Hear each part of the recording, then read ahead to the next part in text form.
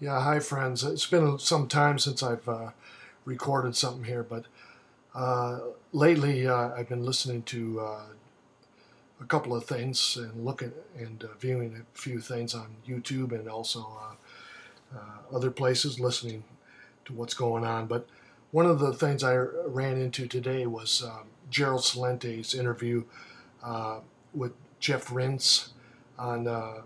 It was an interview from August 18th, which I would suggest you have a listen to. Very interesting.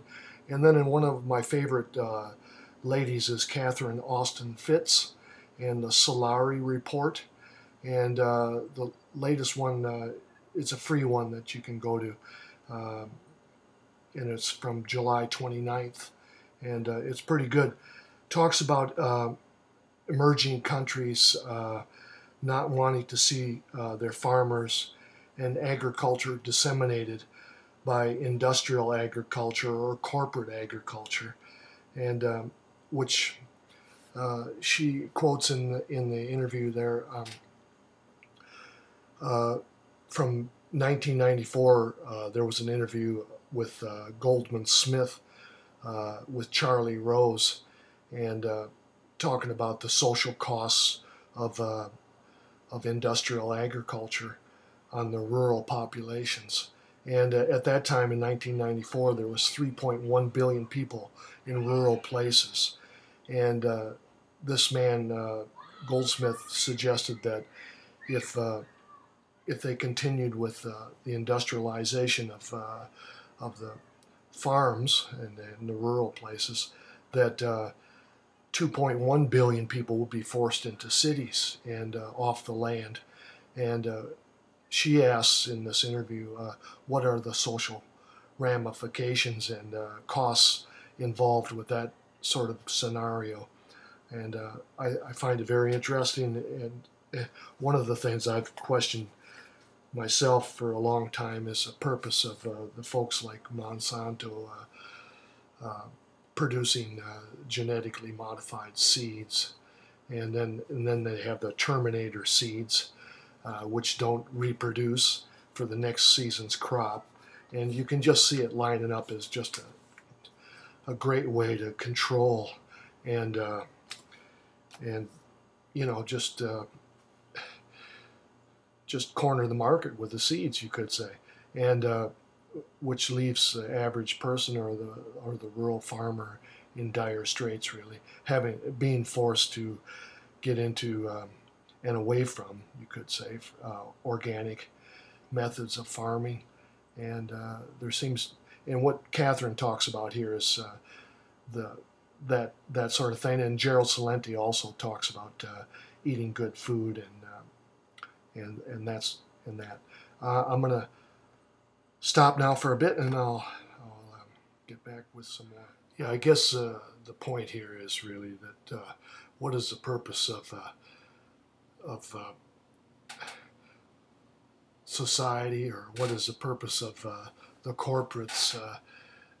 What is their goals? Is it just the bottom line all the time, and the rest of humanity has to suffer for their insatiable appetite, you could say, for more and more money and wealth? Or are they really concerned in trying to provide better ways of providing food for the people of the planet? And but the point is that in those two videos or interviews, those people having to leave their land for the cities, and then there's no possibility of jobs, or where does that leave them? And I just reminded several years ago I watched a video. Marilyn Waring was the first female parliamentarian for New Zealand in the New Zealand government, and a Canadian documentary team did a interview with her and followed her around a bit, and in regards to the women in the third world countries and around the world, but especially in the third world countries, not being considered as a productive sector, you could say. And the movie was called Who's Counting? And it's very, very good if you ever get a chance to view that. She goes into the costs involved in wars and the military-industrial complex. And I'm going to get myself into trouble here, but these are a couple of things. The agriculture side of things, the military-industrial complex, running rampant really around the world in trying to just take over more and more people's rights, and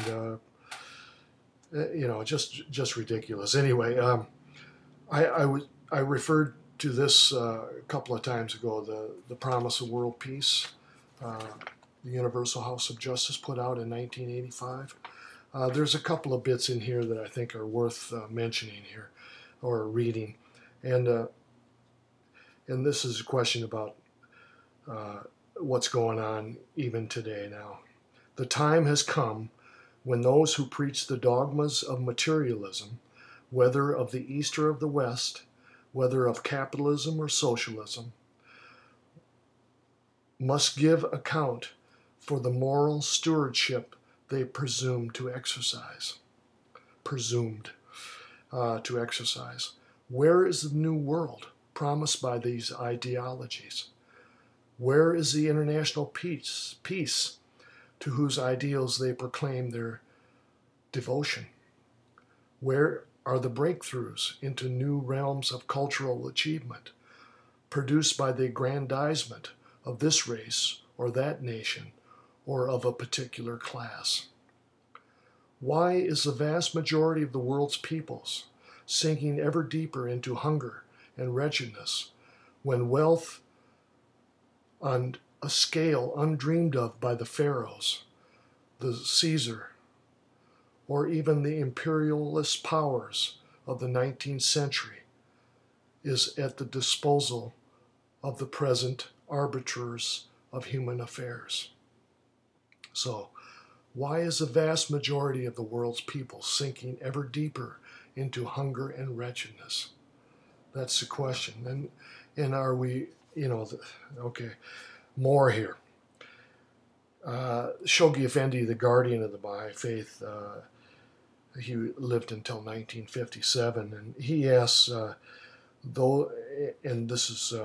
if long-cherished ideals and time-honored institutions, if certain social assumptions and religious formula have ceased to promote the welfare of the generality of mankind, if they no longer minister to the needs of a continually evolving humanity, let them be swept away and regulated to the limbo of obsolescent and forgotten doctrines.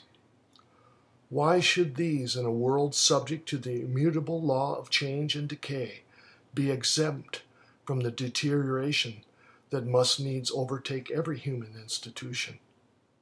For legal standards, political and economic theories are solely designed to safeguard the interests of humanity as a whole, and not humanity to be crucified for the preservation of the integrity of any particular law or doctrine.